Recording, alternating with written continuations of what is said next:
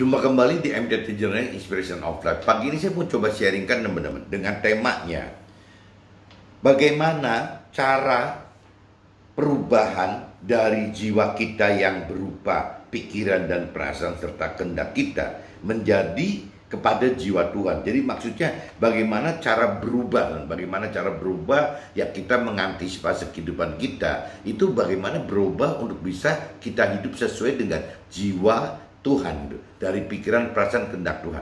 Nah, kalau kita kupas lebih dalam, apabila kita lebih dalam mengenali firman Tuhan gitu, yang namanya pikiran, perasaan, kehendak Tuhan itu jelas-jelas tidak bisa berlari dari dasarnya itu adalah firman Tuhan, teman. Jadi apabila kita ingin mengenal apa yang Tuhan pikirkan, rasakan, dan kehendaki itu, mau tidak mau, teman, kita harus mengenal firman Tuhan. Tanpa mengenal firman Tuhan, kita tidak akan pernah mengerti jiwa Tuhan itu seperti apa. Nah, akhirnya kita dikhawatirkan itu seperti apa pada prinsipnya orang-orang duniawi. Ya kita hidup itu hanya dengan dasarnya itu adalah pikiran, perasaan, kehendaknya kita sendiri, bukan dari pikiran, perasaan, kehendak Tuhan gitu. Karena kita tidak menguasai firman-Nya, teman-teman. Nah, kadang-kadang orang yang kalau orang dunia memang tidak terlalu peduli akan Tuhan pribadi, keberadaan Tuhan pribadi atau keberadaan firman Tuhannya. Itu orang dunia pada umumnya gitu, teman. Karena orang dunia berpikir bahwa pada dasarnya manusia itu sudah dibekali oleh leluhurnya gitu, ya baik dalam bentuk adat istiadat, tradisi, dan ya itu kebiasaan-kebiasaan yang dilakukan oleh leluhur itu gitu. Jadi dianggap orang dunia itu tidak terlalu perlu bagaimana mencari Tuhan, mencari firman Tuhan, nggak terlalu dominan lagi, teman-teman. Jadi cuek-cuek aja gitu, acu-acu saja gitu. Nah, begitupun juga orang yang berkeyakinan, teman. Orang berkeyakinan itu yang mesti lebih hati-hati, karena orang berkeyakinan itu beragama, tetapi kurang benar gitu. Beragama, bertuhan gitu kan, tapi kurang benar karena tidak mengerti akan pribadi Tuhan dan firman Tuhan lebih dalam, teman. Jadi akhirnya ya kembali lagi bertuhan tapi dengan pikiran, perasaan, kehendaknya manusia, bukan bertuhan dengan pikiran, perasaan, kehendaknya Tuhan gitu. Nah, kembali lagi kalau kita tidak bisa menguasai firman Tuhan, kita tidak mungkin bisa teman-teman mengenal akan pikiran, perasaan, kehendak Tuhan, tidak bisa. Karena satu-satunya ya jiwa Tuhan itu ada di pikiran, perasaan, kehendak Tuhan itu adanya di firman. Bahkan firman katakan dari awal gitu ya, istilahnya kalau kita simak kitab Yohanes pasal 1 dari ayat 1 aja udah dicantum bahwa pada mulanya adalah firman, ya firman itu bersama-sama dengan Allah dan firman itu adalah Allah. Itu di kitab Yohanes pasal 1 ayat 1 bunyinya sudah begitu, teman-teman gitu. Pada mulanya adalah firman, firman itu bersama-sama dengan Allah dan firman itu adalah Allah. Jadi yang namanya kalau kita pengen tahu firman Allah itu seperti apa, ya kita harus tahu firman Tuhan Allahnya, teman. Tanpa mengerti akan firman Tuhan Allahnya, kita tidak bisa memiliki Tuhan Allah gitu, pribadi Tuhan Allah tidak bisa, teman. Bahkan untuk mau mengenal dan mengerti firman Tuhan, itu kan basicnya kan dari kemauan kita, teman. Kita tergerak nggak untuk mau gitu mengenal firman Tuhan dengan cara ya terus kan mencari gitu, mencari pribadi Tuhan dan kebenaran firman Tuhan, ya dicari terus gitu. Nah, waktu mencari ini ya kembali di sini kemauan kita ada atau tidak, besar atau tidak gitu. Kalau kemauan kita cuman energinya powernya, kuasanya kecil sekali, jangan-jangan ya yang firman Tuhan katakan belum mencapai pengertian akan firman aja, kita sudah habis energinya, teman-teman. Tenaganya sudah habis, bensinnya sudah habis, tidak nyampe sampai ke pengenalan pengertian firman Tuhan. Jadi kalau kita mau mengenal, mau mengenal dan mengerti firman Tuhan, Tuhan persiapkan bahwa ya kita harus punya kemampuan, punya tekad yang besar dulu, sebenarnya, untuk bisa mau ya mengenal dan mencari Tuhan Allah. Nah, caranya bagaimana? Ya kalau waktu kita bicara mau mengenal Tuhan Allah dan firman Tuhan Allah, Ya mau nggak mau teman, ya kita mesti baca firman gitu. Ya kita mesti banyak baca buku rohani. Kita mungkin harus banyak mendengar khotbah-khotbah. Apa kita harus mendengar sharing-sharing gitu. Ya segala macam cara harus dilakukan teman, untuk bisa lebih mengenal ya pribadi Tuhan Allah dan firman Tuhan Allah. Nah, waktu kita lebih dalam untuk mengenal firman Tuhan Allah, biasanya teman-teman, Tuhan Allah setelah melihat kemauan kita ini, Tuhan Allah akan membuka pengertian yang lain, teman. Pengertian dalam arti kata untuk mengerti firman Tuhan, untuk bisa melakukan firman Tuhan itu ternyata tidak hanya dengan mengandalkan kekuatan kita sebagai manusia yang natural ini, teman, nggak bisa gitu. Jadi kalau kita mau ya kita harus bisa menghidupkan roh Tuhan yang sudah memang ada di dalam kita. Cuman problemnya tidak dihidupkan oleh kita, tidak dihidupkan oleh karena memang Tuhannya tidak menghidupkan ulang gitu, atau kitanya tidak pernah minta kepada Tuhan untuk roh Tuhan kita dihidupkan gitu, atau bahkan kita tidak mengerti ya bahwa ada roh Tuhan di dalam kita. Nah, ini yang mesti kita clearkan dulu teman-teman. Jadi apabila kita sudah lebih dalam mengenal akan Tuhan, biasanya Tuhan akan bukakan pengertian teman, bahwa untuk mengerti, mampu mengerti benar-benar firman Tuhan itu dari pikiran, perasaan, kehendak Tuhan, itu tidak bisa tidak menghidupkan roh Tuhan lebih dulu teman. Jadi roh Tuhan itu harus dihidupkan ya, sehingga dari roh Tuhan dihidupkan akhirnya kita mengerti teman, apa sih yang dimaksud firman dengan dari pikiran, perasaan, kehendak Tuhan, bukan dari pikiran, perasaan, kehendak manusia. Jadi di temanya pagi ini teman-teman, intinya gitu teman. Apabila kita ingin berubah itu adalah bagaimana kita hidup ya dengan pikiran, perasaan, kehendak Tuhan, bukan dengan pikiran, perasaan, kehendak kita. Namanya tidak berubah teman. Kalau berubah itu adalah dengan pikiran, perasaan, kehendak Tuhan. Nah, cuman yang tadi dikatakan pikiran, perasaan, kehendak Tuhan itu adanya di firman gitu. Nah, kalau firman kita tidak mau mencari, ya tidak akan bisa mengerti akan pikiran, perasaan, kehendak Tuhan terhadap rohani, terhadap perubahan jiwa kita ini teman. Jadi kembali lagi ya harus ada basic pengenalan akan firman Tuhan teman. Dan tadi dikatakan firman Tuhan adalah ya Tuhan Allah. Ya Tuhan Allah adalah firman Tuhan itu. Jadi kalau tidak dengan ada seperti ini nggak bisa teman-teman. Begitupun juga apa ya, jadi kehidupan kita ini apabila ingin masuk dalam rancangan kehendak Tuhan tidak bisa jauh teman-teman. Dasar itu harus ada firman Tuhannya gitu. Nah, begitu firman Tuhannya ada, baru teman-teman, kalau kita belum bisa mengerti bahwa ada roh Tuhan di dalam kita gitu, yang bisa dihidupkan, yang bisa menjadi kuasa gitu, keluar kuasa yang supranatural di dalam kita oleh karena kuasa Tuhan melalui roh Tuhan tadi, itu susah teman-teman. Orang paling bisa apa ya, berdoa mungkin. Jadi sebelum roh Tuhan itu hidup, biasanya manusia yang belum bisa menghidupkan roh Tuhan itu biasanya ya dengan cara berdoa teman. Nah, cuman kalau cara berdoa itu kadang-kadang juga repot juga teman, karena berdoa itu bisa juga jadi salah kaprah lagi, yang bukan berdoa seperti yang Tuhan pikir,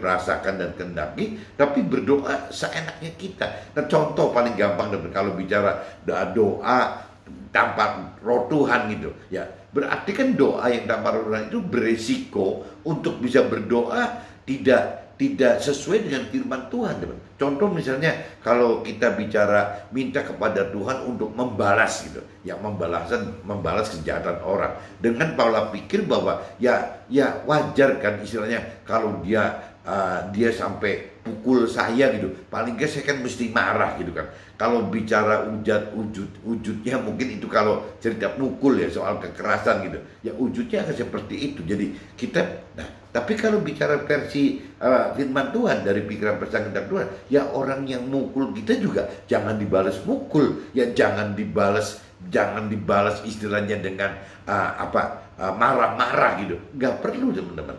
Nah, cuman kalau bicara dari sisi kebaikan kan nggak fair gitu. Ya masa sih orang sudah mukul begitu, logikanya kita nggak balas mukul aja udah bagus ya. Kita misalnya marah-marah aja udah bagus, atau kita menghindar aja udah bagus gitu. Itu pola-pola pikir dunia seperti itu, Ben. Nah, ini contohnya kalau doa ya, minta ke Tuhan doa misalnya karena orang berbuat jahat mukul kita berdoa untuk bisa membalaskan pukulan ke orang itu, atau paling ke mencaci maki, teman-teman. Nah, ini kan doa yang tidak sesuai dengan firman Tuhan, teman. Ada juga mungkin pasangan suami istri yang ribut saja, misalnya tidak pernah bisa akur, tidak bisa harmonis.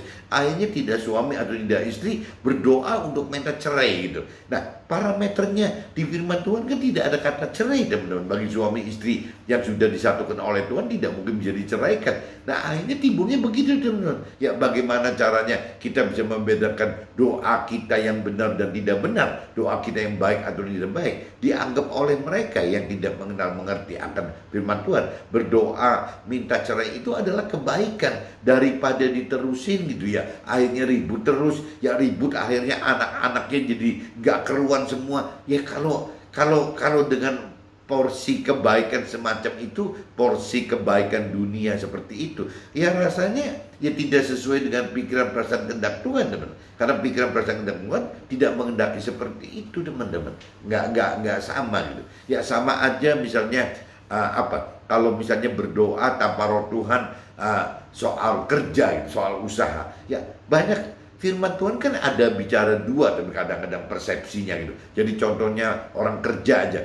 Orang kerja itu ada firman yang katakan, ya kita mesti kerja seperti semut gitu. Ya waktu musim panas kita mengumpul makanan untuk siap-siap musim dingin gitu. Itu kan semut, kan prinsipnya semut di firman Tuhan kan katakan begitu, berarti kan harus bekerja gitu. Tetapi ada juga firman lain yang mengatakan bahwa ya sebenarnya kalau Tuhan memberikan berkat kepada orang lagi tidur pun bisa diberkati sama Tuhan. Lah berarti sekarang kita mau doa yang mana, teman-teman? Kalau bagi orang yang malas, jangan-jangan doanya ya itu, ya nggak mau jadi semut, ya pengennya jadi doa yang tidur pun bisa diberkati Tuhan. Tapi kalau orang yang rajin, teman, juga sama, ya tidak mau istilahnya percaya bahwa tidur pun Tuhan bisa berkati, tapi dia siang malam kerja mati-matian ya 24 jam gitu ya untuk bisa seperti semut. Dan semut kan istilahnya kan ada waktunya gitu. Sore pun maghrib juga udah pada kembali ke liangnya gitu, ke liang semut. Nah kalau manusia kadang-kadang lupa diri. Ya kalau manusia itu bekerja 24 jam, kadang-kadang ada yang bekerja sampai 12 jam, ada yang cerita 18 jam, berarti sisa 6 jam gitu. Ya ada yang mungkin lebih dari 18 jam. Nah kalau kita hitung, teman-teman, dalam satu hari itu 24 jam untuk kerja mati-matian seperti semut dengan alasan seperti itu di firman yang ada, itu kerja sampai 18 jam, sisa waktu 6 jamnya mau diatur bagaimana, teman-teman? Sedangkan kalau bicara dari sisi tubuh gitu, kepentingan tubuh, 6 jam itu dibutuhkan untuk tidur, teman-teman.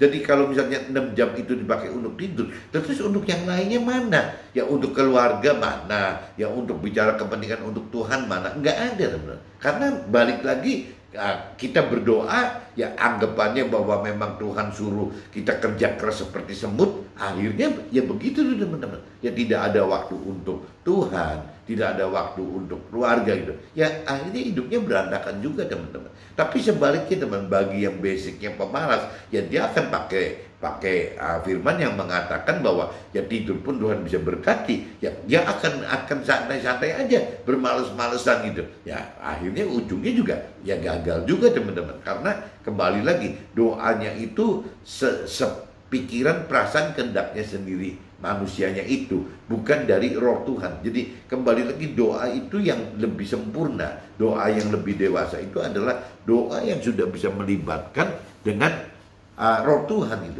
Karena makna doa yang sebenarnya kan dialog dengan Tuhan, teman. Dialog berkata-kata, berbicara dengan Tuhan gitu. Nah kalau kita bicara dengan Tuhan tidak menghidupkan roh Tuhan, akhirnya kita nggak bisa tahu, teman-teman, apa yang Tuhan pikir, rasa, dan kehendaki bagi kita. Kita tidak tahu, teman, karena roh Tuhannya tidak memberitahu. Nah akhirnya khawatirnya roh Tuhan pengen ke kanan, kitanya ke kiri gitu. Ya ke kanan dalam arti kata sesuai pikiran perasaan kehendak Tuhan, ke kiri sesuai pikiran perasaan kehendak manusia. Nggak ketemu, teman. Akhirnya nggak ketemu. Jadi kembali lagi saya ingatkan sih, doa itu penting sekali bagi orang yang belum mengenal mengerti, belum dewasa rohani. Itu doa itu priority, teman-teman, daripada tidak berdoa gitu ya. Tetapi kalau bagi orang yang sudah lebih dewasa rohani, menurut saya ya menghidupkan roh Tuhan itu perlu sekali, teman. Karena kalau bisa menghidupkan roh Tuhan, berarti kita masuk ke dalam kelompok doa yang bisa 24 jam, teman. seenaknya kita. Karena doa bersama roh Tuhan itu adalah ya dalam roh dan kebenaran. Berarti apabila kita sudah mengenal, mengerti akan firman Tuhan, ditambahin dengan menghidupkan roh Tuhan sebagai doa keseharian kita, ya kita sempurna, bahwa kita akan benar-benar dewasa rohani, bahwa ya kita ini hidup ya akan selalu gitu, selalu di dalam firman Tuhan dan selalu menghidupkan Tuhan melalui roh Tuhannya. Nah, kalau sampai sudah dihidupkan roh Tuhan, ya biasanya doa itu sudah berubah menjadi dialog. Doa itu kan saya asumsikan doa itu apakah bentuk berdialog dengan Tuhan secara formal, teman. Tapi kalau misalnya yang namanya berdialog dengan Tuhan melalui Roh Kudusnya, itu kesannya jadi ya formal informal gitu ya. Kapan kita mesti formal ya kita formal, kapan kita perlukan informal ya kita harus informal, teman. Karena memang kembali lagi kalau ada roh Tuhan di dalam kita, seolah-olah kita orang sebagai pribadi dengan roh Tuhan yang mau mewakili Tuhan itu juga jadi seolah kayak Tuhan pribadi. Akhirnya hubungan kita dengan Tuhan itu dekat, teman. Banyak tokoh-tokoh di kitab suci yang cerita seperti itu. Nabi Abraham gitu kan kalau di Nasraninya. Tapi kalau bicara di Muslimnya Nabi Ibrahim sama, teman. Ya ada kedekatan khusus antara Nabi Abraham dengan Nabi Ibrahim ini terhadap Tuhan gitu. Jadi kembali lagi, Tuhan pengen sekali apabila kita dewasa rohani, kita tidak cuma bicara membaca firman ya secara teori, tapi pengennya biarin jangan menjadi logos loh, maksudnya kalau teori kan menjadi logos, tapi Tuhan pengen sekali kita membaca firman itu tidak menjadi logos tapi menjadi rema gitu. Jadi sinkron dengan apa yang Tuhan pikir, perasa dan kehendaki itu, teman-teman. Jadi kembali ke firman Tuhan harus begitu. Kedua, sama dengan bagaimana menghidupkan roh Tuhan ini tidak bisa gitu. Kita tidak menghidupkan roh Tuhan, terlebih urusannya dengan firman Tuhan, teman-teman. Ya kalau kita kaitannya dengan firman Tuhan, mau tidak mau harus ada roh Tuhan yang hidupkan gitu. Karena begitu roh Tuhan dihidupkan, ya firman Tuhan itu berubah, bukan jadi logos, tapi dari rema, teman-teman. Rema itu adalah apa? Bisa bicara percakapan Tuhan dengan kita gitu di dalam firman Tuhan. Kalau misalnya percakapan kita dengan Tuhan tanpa dasar firman Tuhan, ya dikhawatirkan itu bukan Tuhan Allah gitu. Karena kembali di kitab Yohanes pasal 1 ayat 1 itu dinyatakan gitu. Pada mulanya adalah firman, firman itu bersama-sama dengan Allah dan firman itu adalah Allah. Jadi kalau tidak ada kita bicara bertuhan tapi tidak berfirman, itu sama aja bohong, teman. Nah, bahkan kalau kita dewasa rohani itu ya kita harus menguasai firman, kita harus menghidupkan roh Tuhan, teman-teman, sehingga kita mendapatkan hikmat ya, pikiran, perasaan, kehendak yang dari Tuhan. Itu kalau kita dewasa rohani selalu kita hidup itu dengan antisipasi dua hal itu. Jadi kalau ditanya apa perubahan kita dulu dengan sekarang, manusia lama dengan manusia sekarang, ya bedanya gitu, teman-teman. Kalau manusia lama kita itu ya bisa bicara Tuhan itu di luar firman, bahkan tidak menghidupkan roh Tuhan. Tapi kalau kita bicara yang dalam kondisi yang benar gitu, ya kita harus menguasai firman dalam arti kata, ya kita juga harus menghidupkan roh Tuhan agar firman Tuhan itu sesuai dengan jiwanya Tuhan, pikiran, perasaan, kehendak Tuhan. Maksudnya gitu, teman-teman. Jadi saya sudah coba jelaskan bahwa bedanya antara doa, teman-teman, doa yang seperti itu dengan berdialog dengan Tuhan dengan cara menghidupkan roh Tuhan, itu beda sekali, teman. Kalau berdoa itu saya khawatir kesannya itu terlalu formalitas gitu. Nah, nanti khawatirnya gitu ya, kalau terlalu formalitas dikhawatirkan dari doa itu adalah pikiran, perasaan, kehendak kita yang dilemparkan hanya kepada Tuhan saja, tapi kita tanpa tahu gitu apa yang Tuhan pikir, perasaan, kehendaki bagi kita, itu nggak tahu, teman. Doa itu saya khawatir sekali seperti itu, teman-teman. Dan doa itu kan ada batas-batas waktunya, teman-teman. Nggak bisa seenaknya. Kalau berdoa atau menyembah Tuhan atau beribadah kepada Tuhan dengan cara roh kebenaran, roh dan kebenaran, nah ceritanya lain, teman-teman. Karena kita hidupkan roh Tuhan yang bisa setiap saat 24 jam, dan kita juga bisa bicara roh kebenaran itu apabila kita kuasain. Ya sama aja, teman-teman. Nyanding ya sudah tersedia dalam 24 jam itu pasti ada firman Tuhan yang bisa dilibatkan, teman-teman.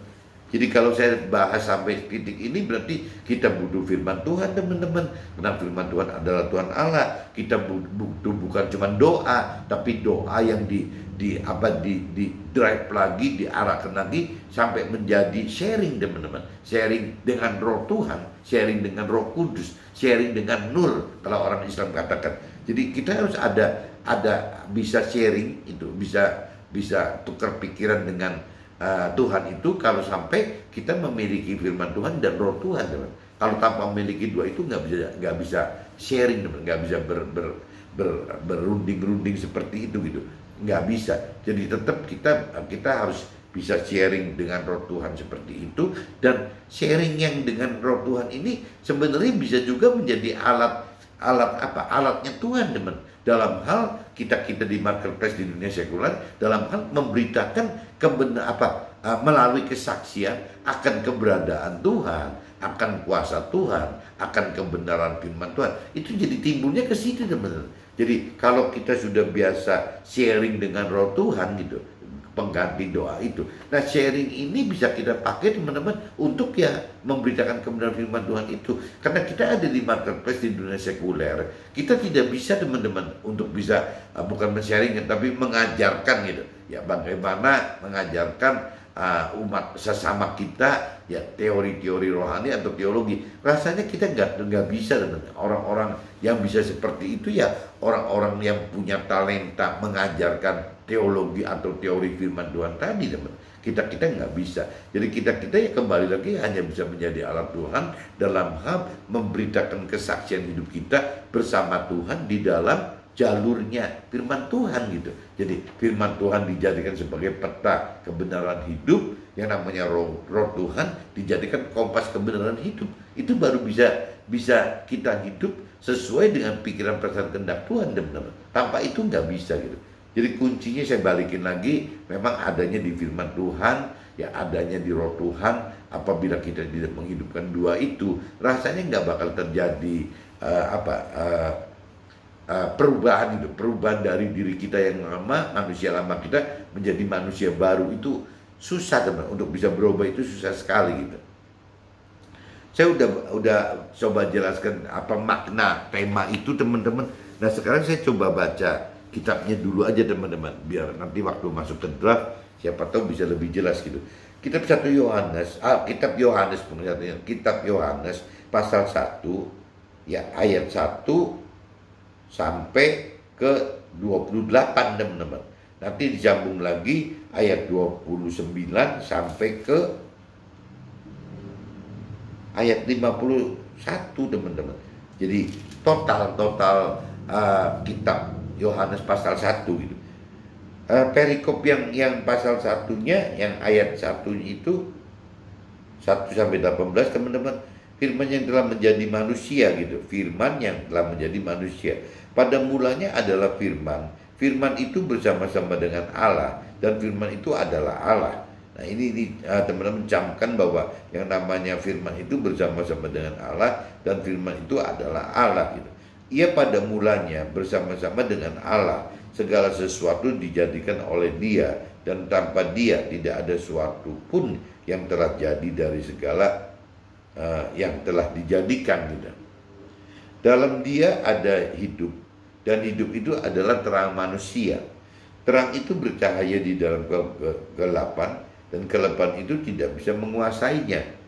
Datanglah seorang yang diutus Allah, namanya Yohanes. Ia datang sebagai saksi untuk memberi kesaksian tentang terang itu, supaya oleh Dia semua orang menjadi percaya. Ia bukan terang itu, tetapi ia harus memberi kesaksian tentang terang itu. Terang yang sesungguhnya yang menerangi setiap orang sedang datang ke dalam dunia.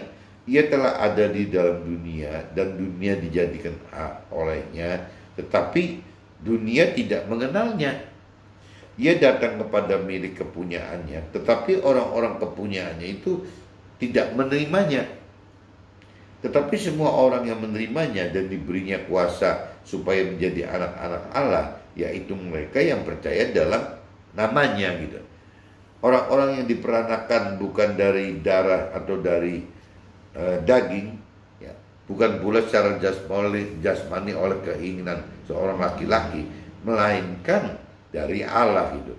Firman itu telah menjadi manusia dan diam di antara kita, dan kita telah melihat kemuliaannya, yaitu kemuliaannya diberikan kepadanya sebagai anak tunggal Bapa gitu, penuh kasih karunia dan kebenaran. Yohanes memberi kesaksian dengan dia dan berseru, katanya, inilah dia yang kumaksudkan ketika aku berkata, kemudian daripadaku akan datang dia yang mendahului aku, sebab dia adalah sebelum aku. Itu kaitannya itu. Nah, karena dari kepenuhannya kita semua telah menerima kasih karunia demi kasih karunia. Sebab hukum Taurat diberikan oleh Musa, tetapi kasih karunia dan kebenaran datang oleh Nabi Isa gitu. Jadi kalau kita mau bedakan gitu, sebab hukum Taurat diberikan oleh Nabi Musa, tetapi kasih karunia dan kebenaran datang dari Nabi Isa gitu. Tidak seorang pun yang pernah melihat Allah, tetapi anak tunggal Allah yang ada di pangkuan Bapa, dialah yang menyatakannya. Jadi kalau kita bicara firman doang, bahwa untuk melihat Tuhan Allah itu nggak ada yang kuat, nggak ada yang mampu gitu. Jadi nggak bisa kita makanya wah saya ketemu Tuhan Allah gitu, rasanya nggak mungkin karena nggak bakal tahan. Kesaksian Yohanes tentang dirinya sendiri ini ganti kitabnya tetap, tapi pasalnya tetap, tapi ayatnya berubah dengan perikopnya. Kesaksian Yohanes tentang dirinya sendiri. Dan inilah kesaksian Yohanes ketika orang Yahudi dari Yerusalem mengutus beberapa imam dan orang-orang Lewi kepadanya untuk menanyakan dia, siapakah engkau? Ia mengaku dan tidak berdusta. Katanya, aku bukan Mesias. Lalu mereka bertanya kepadanya, kalau begitu siapakah engkau? Ya, apa Elia? Dan ia menjawab, bukan. Engkaukah Nabi yang akan datang? Dan dia menjawab juga bukan gitu. Maka kata mereka kepadanya, siapakah engkau? Sebab kami sangat memberi jawab, kami harus memberi jawab kepada mereka yang mengutus kami. Apakah katamu tentang dirimu sendiri? Jawabnya, akulah suara orang yang berseru-seru di padang gurun, lah luruskanlah jalan Taurat seperti yang telah dikatakan Nabi Yesaya. Jadi ini yang menjawab itu akhirnya si Yohanesnya sendiri, teman-teman, karena bingung menjawabnya apa gitu.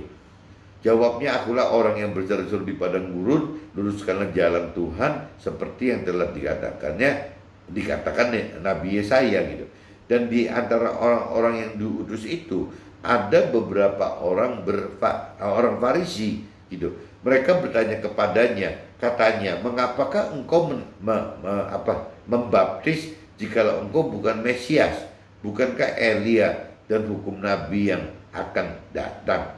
Ya, Yohanes menjawab mereka, katanya, aku menghapus dengan air mata, dengan air, tetapi di tengah-tengah kamu berdiri dia yang tidak kamu kenal. Yohanes menjawab mereka, katanya, aku membaptis dengan membaptis dengan air, tetapi di tengah-tengah kamu berdiri dia yang tidak kamu kenal, yaitu dia yang datang kemudian daripadaku, membuka tali kasutnya pun aku tidak layak. Ini cerita Nabi Isa, teman-teman. Hal itu terjadi di Betania yang di seberang sungai Yordan, di mana Yohanes membaptis itu. Nah, ini saya sudah bacakan kitab Yohanes pasal 1, teman-teman, dari 1 sampai 28, teman. Ini udah sampai ke situ. Nah, sekarang saya nyambung lagi ke yang ayat 29, teman. Ini perikopnya rubah lagi, teman. Yohanes menunjuk kepada Nabi Isa. Pada keesokan harinya, Yohanes melihat Nabi Isa datang kepadanya, dan ia berkata, lihatlah anak domba Allah yang menghapus dosa dunia. Dialah yang kumaksud ketika kukatakan kemudian daripada seorang yang telah mendahului aku, sebab dia telah ada sebelum aku, dan aku sendiri pun mula-mula tidak mengenal dia, tetapi untuk untuk itulah aku datang dan membaptis dengan air supaya dinyatakan kepada Israel itu. Dan Yohanes memberi kesaksian, katanya, aku telah melihat Roh turun dari langit seperti mimpi, dan dari ia tinggal di atasnya, dan ia tinggal di atasnya, dan aku pun tidak mengenalnya, tetapi dia yang mengutus aku untuk membaptis dengan air telah berfirman kepadaku, jikalau engkau melihat Roh itu turun dari di atasnya, itulah yang membaptis dengan Roh Kudus gitu.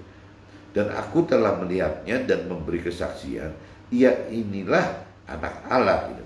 Murid-murid yang pertama ini paragrafnya ganti lagi, masuk ke ayat 35 gitu. Paragrafnya ganti lagi, murid-murid Nabi Isa yang pertama. Pada keesokan harinya Yohanes berdiri pula dengan 2 orang muridnya gitu. Dan ketika ia melihat Nabi Isa, ia berkata, lihatlah anak domba Allah itu. Kedua murid itu mendengar apa yang dikatakannya itu, lalu mereka pergi mengikuti Nabi Isa. Tetapi Nabi Isa menoleh ke belakang, ia melihat bahwa mereka mengikuti dia, lalu berkata kepada mereka, apakah yang kamu cari? Kata mereka kepadanya, Rabi, artinya guru gitu, di manakah engkau tinggal? Dia berkata kepada mereka, marilah dan kamu akan melihatnya. Mereka pun datang dan melihat di mana ia tinggal. Dan hari itu mereka teringat bersama-sama dengan dia sendiri, dan kita tidak pukul 4. Dan waktu itu kira-kira pukul 4. Sudah seorang dari keduanya yang mendengar perkataan Yohanes lalu mengikut Nabi Isa adalah Andreas, saudara Simon Petrus. Andreas mula-mula bertemu dengan Simon, saudaranya, dan ia berkata kepadanya, kami telah menemukan Mesias gitu. Berarti di sini artinya Kristus. Kalau dari sisi Nasrani disebutnya Kristus gitu, penyelamat. Ia membawanya kepada Nabi Isa. Ya, Nabi Isa memandang dia dan berkata, engkau Simon anak Yohanes, engkau akan dinamakan Kefas gitu. Artinya ya Petrus. Kefas itu artinya Petrus, teman-teman. Pada keesokan harinya Nabi Isa memutuskan untuk berangkat ke Galilea. Ia bertemu dengan Filipus dan berkata kepadanya, ikutlah aku. Filipus itu berasal dari Betsaida, kota Andreas dan Petrus. Filipus bertemu dengan Nathanael dan berkata kepadanya, ya, kami telah menemukan dia yang disebut oleh Musa dalam kitab Taurat dan dan oleh para nabi, yaitu Nabi Isa anak Yusuf dari Nazaret. Kata Nathanael kepadanya, mungkinkah sesuatu baik datang dari Nazaret? Gitu. Kata Filipus kepadanya, nah, mari dan lihatlah. Yesus melihat Nathanael datang kepadanya, lalu berkata tentang dia, ya, lihat, ini seorang Israel sejati, tidak ada kepalsuan di dalamnya gitu. Nah, kata Nathanael kepadanya, ya, bagaimana engkau mengenal aku? Jawab Nabi Isa kepadanya, sebelum Filipus memanggil engkau, aku telah melihat engkau di bawah pohon ara. Dan kata Nathanael kepadanya, ya, Rabi, engkau anak Allah, engkau raja dan orang Israel. Ya, Nabi Isa menjawab katanya, karena aku berkata kepadamu, aku mendekat, melihat, aku melihat engkau di bawah pohon ara, maka engkau percaya, engkau akan melihat hal-hal yang lebih besar daripada itu gitu. Lalu kata Nabi Isa kepadanya, aku berkata kepadamu, sesungguhnya engkau akan melihat langit terbuka dan malaikat-malaikat Allah turun naik kepada anak manusia gitu.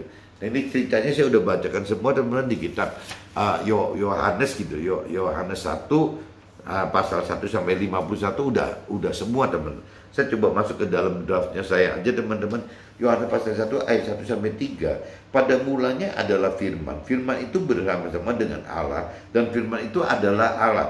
Itu coba teman-teman kasih stabilo gitu di kitab Yohanes pasal 1 ayat 1 sampai 3 teman. Karena basically kalau kita bicara mau mengenal, mengerti akan Tuhan Allah. Tidak bisa tidak, dan harus melalui firman ini gitu. Jadi di sini dicantumkan bahwa yang namanya pada mulanya adalah firman, firman itu bersama-sama dengan Allah, dan firman itu adalah Allah gitu. Jadi kalau kita tidak punya asumsi firman seperti ini, susah teman-teman untuk bisa melanjutkan lebih, mempelajari lebih dalam gitu. Jadi intinya firman Tuhan Allah ya Allah, Tuhan Allah ya adalah firman Tuhan Allah gitu. Bolak-balik begitu. Ia pada mulanya bersama-sama dengan Allah, segala sesuatu dijadikan oleh Dia, dan tanpa Dia tidak ada satupun yang telah jadi dari segala yang telah dijadikan gitu. Jadi kalau tanpa firman Tuhan Allah, rasanya nggak ada apa-apa dunia ini teman. Yohanes pasal 1 ayat 4-18. Tuhan mengutus Nabi Isa ke dunia ini untuk menyelamatkan dunia manusia gitu, menyelamatkan dosa manusia, dan memberitakan firman serta mempermohonkan gitu agar roh Tuhan dihidupkan kepada semua manusia. Ya, adanya roh Tuhan, maka doa kita dengan Tuhan dapat terjadi kapanpun, dimanapun, serta siapapun juga ya dapat berdoa, berdialog lebih dengan daripada doa formal yang tadi saya sudah jelaskan bahwa ya apabila kita dipenuhi roh Tuhan itu jadi timbul dialog teman-teman, bukan doa gitu, karena Tuhannya ada di dalam kita. Jadi nggak perlu harus formal juga, nggak perlu karena ada di dalam kita gitu. Yohanes pasal 1 ayat 19-28. Pengenalan akan firman dan dihidupkannya roh Tuhan, maka kita jadi dewasa rohani. Kita beribadah tidak hanya harus dengan perataraan nenek moyang, dengan mentor rohani atau rohaniawan, tetapi kita juga beribadah dengan setiap saat di dalam roh kita dan kebenaran dari dasar firman Tuhan itu. Jadi kembali lagi, untuk orang yang sudah dewasa rohani biasanya begitu, berdoa formal ya boleh aja, ya apabila berdoa banyak kan boleh-boleh aja berdoa formal gitu. Tapi banyaknya dalam kesalahan dia tiap saat si orang yang sudah dewasa rohani dia berdoa teman-teman, karena kembali lagi menghidupkan roh Tuhan di dalam dirinya gitu ya, dan juga menghidupkan firman Tuhan itu. Nah itu berarti sudah berdoa, dan kategorinya berdoa gitu. Kita Yohanes pasal 1 ayat 29-34. Firman dapat diartikan dalam dua pengertian. Firman yang diartikan dari jiwa kita akan menghasilkan logos teman-teman. Jadi kalau firman Tuhan itu di pikiran kita, di perasaan dan kehendak kita, jadinya logos teman-teman. Di pikiran manusia itu jadi logos gitu. Tapi kalau seandainya dari jiwa Tuhan, jadi firman Tuhan itu dipikirkan, dirasakan, dan dikehendaki dari jiwa Tuhan teman-teman, itu disebutnya menjadi rema teman-teman. Nah rema itu ya berarti apa ya, firman Tuhan yang hidup ya, hidup karena ada roh Tuhan tadi teman-teman ya, sehingga pengenalan pengertian bahkan melakukan firman Tuhannya jadi akan berubah teman, apabila ada roh Tuhan gitu. Yohanes pasal 1 ayat 35-47. Hidup dengan melakukan firman Tuhan akan nampak bagi sesama di sekitarnya. Dari pemikiran serta perkataan dan tindakan, semua akan sesuai dengan apa yang tertulis dalam firman Tuhan. Hidup melakukan firman Tuhan adalah ya ketidakwajaran dan kemudian bagi dunia. Nah sayangnya gitu teman-teman, kalau cerita hidup dengan firman Tuhan itu hidup dengan dasar-dasar firman Tuhan, ya nanti akhirnya berujung teman-teman dianggap tidak wajar teman-teman oleh dunia, dianggap hal yang bodoh gitu oleh dunia, karena orang dunia benar-benar ingin menggenggam harta duniawi, tapi kalau secara rohani malah dianjurkan bagaimana bukan menggenggam tapi melepaskan hal-hal duniawi teman-teman. Jadi bertolak belakang sekali. Yang orang dunia, orang yang berkeyakinan beranggapan bahwa hidup itu adalah bagaimana untuk mengumpulkan sebanyak-banyaknya harta benda gitu. Tapi kalau dari sisi rohani kembali teman, ya kalau kita sudah benar-benar melekat kepada harta duniawi kita gitu, harta benda kita di dunia ini, ya kita malah nggak bisa melepaskan untuk bisa masuk ke dalam rancangan kehendak Tuhan kita dalam akhirat teman-teman. Nah ini yang berbeda sekali antara kepentingan duniawi dan rohani ini seperti ini teman-teman. Jadi kalau duniawi tetap rancangan kehendaknya itu kita berhenti di dunia yang fana ini, ya waktu meninggal itu berhenti di dunia fana itu, akhirnya tidak mengenal kebenaran yang Tuhan rancang kehendaki teman-teman. Nah orang-orang seperti ini kan dikhawatirkan teman-teman, ya akan bisa meleset gitu. Berarti karena tidak melakukan firman Tuhan, ya dikhawatirkan akan bisa jadi berbuat dosa karena tidak melakukan firman Tuhan. Nah berbuat dosa itu hukumnya kan gitu teman-teman. Ya apabila kita berbuat dosa, ya otomatis kita akan masuk ke dalam pembinaan kekal dalam neraka. Nah ini yang mesti kita camkan teman-teman. Ya bahayanya apabila kita masuk dalam rancangan kehendak si dunia, bahkan mungkin orang keyakinan, bahkan setan pun gitu, iblis pun ya akan bisa merancang dan kehendaki yang manusia itu untuk bisa tetap stay gitu, tinggal di dalam dunia ini teman-teman. Ya cuman yang jelas kalau kita udah dengan pola seperti itu, ya kita tidak akan masuk ke dalam surga teman-teman, karena kita udah terikat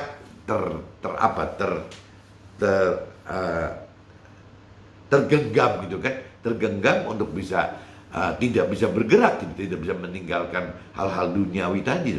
Padahal firman Tuhan katakan hal duniawi itu adalah ya kalau dari versi Tuhan adalah kebodohan teman-teman.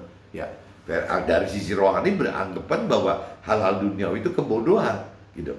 Tapi kalau dari sisi duniawi kebalik, apa yang Tuhan rancang kehendaki dalam firman itu adalah kebodohan gitu.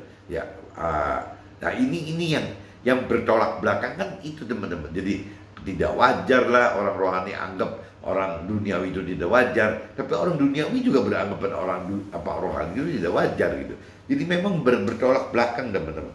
Kitab Yohanes pasal 1 ayat 48 sampai 51, firman Tuhan yang dianggap ketidakwajaran dan kebodohan bagi dunia hanya akan dianggap benar bagi dunia apabila ada terjadi nubuatan atau mujizat oleh karena kuasa supranatural Tuhan yang harus di-sharingkan dengan kesaksian hidup bersama Tuhan dalam jalani firman dan hidupkan roh Tuhan.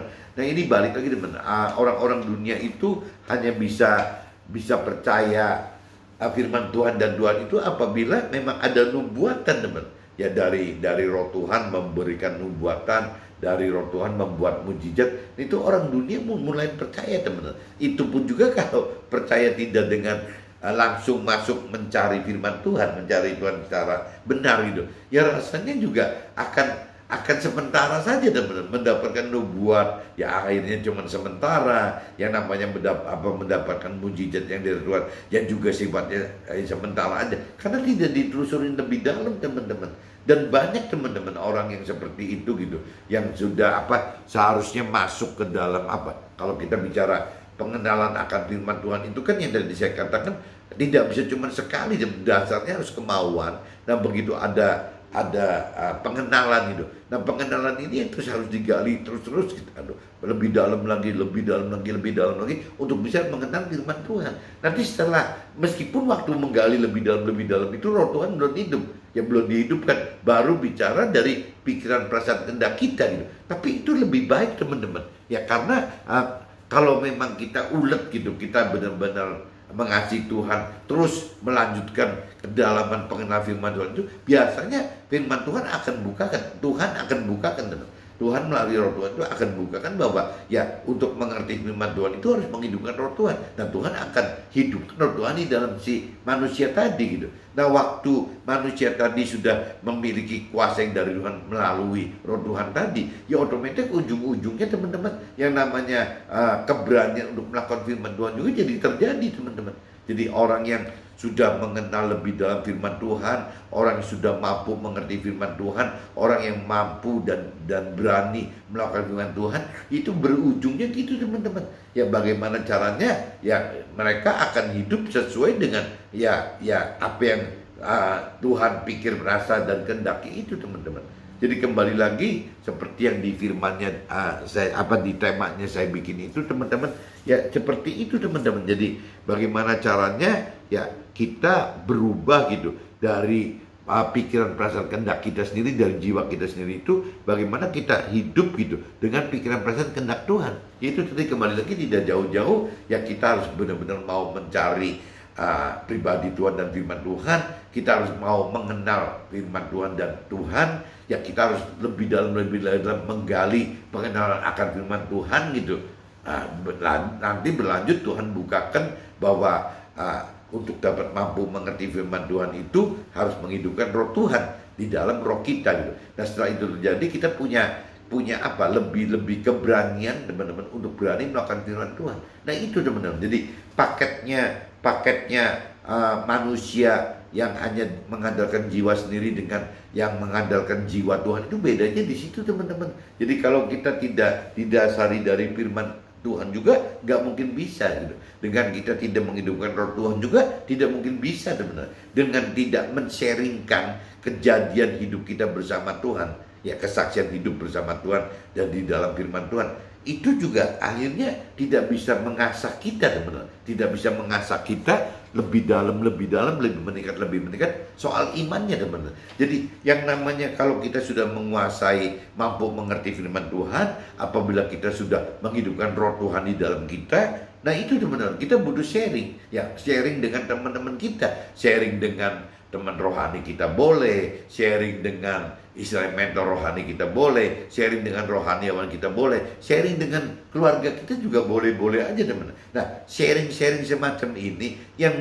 memperkaya jadi perbendaraan firman gitu teman-teman. Ya itu yang akan membuat kita jauh akan meningkat level imannya gitu. Ya saya sering katakan teman-teman, kalau kita bicara dengan Tuhan itu seperti firman Tuhan itu kan seperti bahasa teman. Seperti kalau kita bicara dengan orang Jerman yang saya pernah katakan, bagaimana kita bisa bercakap-cakap dengan benar apabila orang Jermannya nggak bisa ngomong bahasa lain selain bahasa Jerman. Nah sebaliknya kitanya teman juga sama, ya cuma bisa berbicara dalam bahasa Indonesia aja, tidak bisa dalam bahasa yang lain. Akhirnya nggak bisa ketemu teman. Nah kalau kita orang Indonesia belajar berbahasa Jerman, itu akan lebih susah teman daripada orang Indonesia belajar bahasa Inggris yang memang dari kita sekolah sudah diajarkan, dari SD, SMP, SMA aja sudah diajarkan, belum sarjana dan segala macam gitu. Jadi karena kembali lagi daripada bahasa Jerman, bahasa Inggris itu sudah lebih diduniakan gitu. Nah begitu pun juga orang Jermannya teman-teman. Orang Jerman kalau untuk pelajarin bahasa Indonesia ya nggak bisa teman-teman, terlalu lama. Jadi orang Jerman juga sama, dari tingkat SD, SMP, SMA diajarkan juga bahasa Inggris, akhirnya dia juga lebih baik belajar berbahasa Inggris. Waktu orang Jerman bisa mengerti bahasa Inggris gitu, ya kita juga mengerti bahasa Inggris. Harusnya kita sudah bisa bicara lebih bagus teman-teman dengan orang Jerman tersebut. Nah kita dengan Tuhan sama teman-teman. Apabila kita tidak mempunyai perbendaharaan bahasanya, nah cuma karena ini rohani, berarti bahasanya firman Tuhan teman-teman. Jadi apabila kita tidak punya perbendaharaan firman Tuhan di dalam hidup kita, nggak bisa dialog dengan Tuhan, nggak bakal bisa gitu. Jadi kita harus memang basicnya harus mempunyai perbendaharaan firman Tuhan di dalam kita dulu teman-teman, dengan cara yaitu mengenal, mengerti akan firman Tuhan itu. Nah setelah itu baru roh Tuhan dihidupkan, baru gitu ya kita dialog dengan Tuhan itu akan jadi lancar sekali karena kita sudah punya perbendaharaan firman. Nah Tuhannya selalu akan berbicara dari sisi firman gitu. Ya Tuhan itu tidak mungkin berbicara dari sisi di luar firman itu. Jadi firman Tuhan adalah Allah, Tuhan Allah adalah firman. Jadi pasti apapun juga yang kita dialogkan gitu, dan apa yang dipikir perasaan hendaki oleh Tuhan, pasti dasarnya dari firman Tuhan teman. Nggak mungkin gitu, nggak mungkin kita berdialog dengan Tuhan itu bisa ngelantur di luar firman Tuhan, nggak mungkin teman. Jadi kembali lagi kalau kita ingin cepat meningkatkan dialog dengan Tuhan itu biar lebih enak, selain roh Tuhan teman-teman, selain roh Tuhan dihidupkan supaya lebih peka, ya firman Tuhannya teman-teman. Bagaimana firman Tuhan itu di perbendaharaan firman itu dinaik-naikkan. Nah, cara menaik-naikkan perbendaharaan firman Tuhan itu kita harus banyak sharing, teman-teman. Sharing dengan teman rohani kita, sharing dengan mentor rohani kita, sharing dengan rohaniawan kita. Ujung-ujungnya jadi kita akan jauh lebih banyak mengasihi firman Tuhan, kita akan lebih tahu, lebih nyata kekuatan roh Tuhannya gitu, teman-teman. Ya kembali lagi, jadi ya kita butuh firman Tuhan, kita butuh firman Tuhan, kita butuh roh Tuhan, dan kita butuh meningkatkan level iman kita dengan cara yang men-sharingkan apa yang terjadi dalam hidup kita, teman-teman, baik ke sesama semua. Nah, akhirnya malah menjadi alat Tuhan, teman-teman. Mungkin pagi ini saya seperti ini dulu, teman-teman. Oke, see you, bye-bye.